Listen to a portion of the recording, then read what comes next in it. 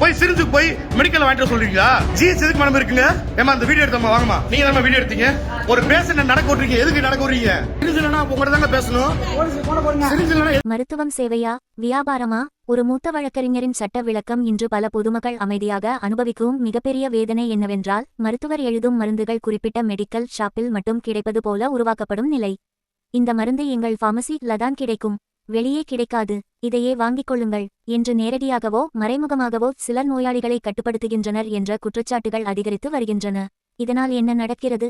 மக்கள் பல கடைகள் சுற்றுகின்றனர், அவசர நேரத்தில் மருந்து கிடைக்காமல் தவிக்கின்றனர், அதிக விலை செலுத்த வேண்டிய நிலை உருவாகிறது, சில நேரங்களில் சிகிச்சை தாமதமாகி உயிரிழப்பும் ஏற்படுகிறது. இது சாதாரண விஷயம் அல்ல.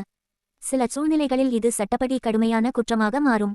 மருத்துவர் மருந்து எழுதலாம், ஆனால் நோயாளியின் தேர்வு உரிமையை பறிக்க முடியாது. ஒரு மருத்துவர் நோயாளிக்கு சிகிச்சை பரிந்துரைக்கலாம், ஆனால் ஒரு குறிப்பிட்ட பார்மசியை கட்டாயப்படுத்துதல், கமிஷன் அடிப்படையில் மருந்து பரிந்துரை, ஜெனரிக் பெயரை மறைத்து பிராண்ட் மட்டும் எழுதுதல், நோயாளியை வியாபார நோக்கில் வழிநடத்துதல், இவை அனைத்தும் மருத்துவ ஒழுங்குமுறை மீறலாக கருதப்படலாம்.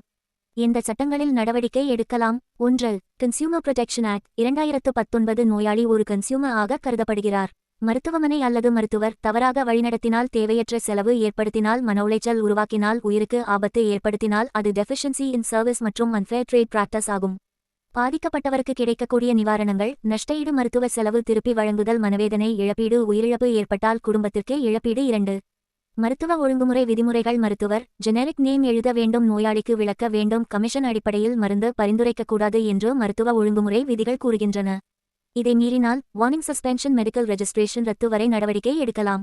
3. அலட்சியத்தால் உயிரிழப்பு ஏற்பட்டால். ஒரு நோயாளி மருந்து கிடைக்காமல் சிகிச்சை தாமதமாகி தவறான வழிநடத்தலால் உயிரிழந்தால் அது வெறும் தவறு அல்ல. சூழ்நிலையை பொறுத்து அலட்சிய மரணம், குற்றவியல் மருத்துவ அலட்சியம் என்ற அடிப்படையில் வழக்கு வரலாம். கமிஷன் மருத்துவம் நிரூபிக்கப்பட்டால் என்ன ஆகும்? மருத்துவர் கூட்டல் பார்மசி கூட்டல் மருத்துவமனை இணைந்து நோயாளியை கட்டாயப்படுத்துதல், அதிக விலை மருந்து விற்பனை, கமிஷன் பரிவர்த்தனை செய்தது ஆதாரத்துடன் நிரூபிக்கப்பட்டால் மெடிக்கல் கவுன்சில் நடவடிக்கை, கன்சியூமர் கோர்ட் வழக்கு, சிவில் நஷ்டஈடு, சில சூழ்நிலைகளில் குற்றவியல் நடவடிக்கை எல்லாம் வரலாம். மக்கள் என்ன செய்ய வேண்டும்? மருந்து சீட்டை பாதுகாக்கவும் பிரிஸ்கிரிப்ஷன் மிக முக்கிய ஆதாரம். பில் வாங்க வேண்டும், பில் இல்லாமல் பலர் பாதிக்கப்படுகின்றனர். ஜெனரிக் பெயர் கேளுங்கள், இந்த மருந்தின் ஜெனரிக் நேம் என்ன என்று கேட்பது உங்கள் உரிமை. மற்ற பார்மசிகளில் விசாரிக்கலாம், அதே மருந்து குறைந்த விலையில் வேறு பெயரில் கிடைக்கலாம். ஜான் ஔஷதி போன்ற ஜெனரிக் மெடிசன் கடைகளை பயன்படுத்தலாம், குறைந்த விலையில் தரமான மருந்துகள் கிடைக்கின்றன. இங்கு புகார் செய்யலாம்: state medical council, drug control department, health department, consumer court. ஒரு வழக்கறிஞரின் உதவியுடன் எப்படி நிவாரணம் பெறலாம்?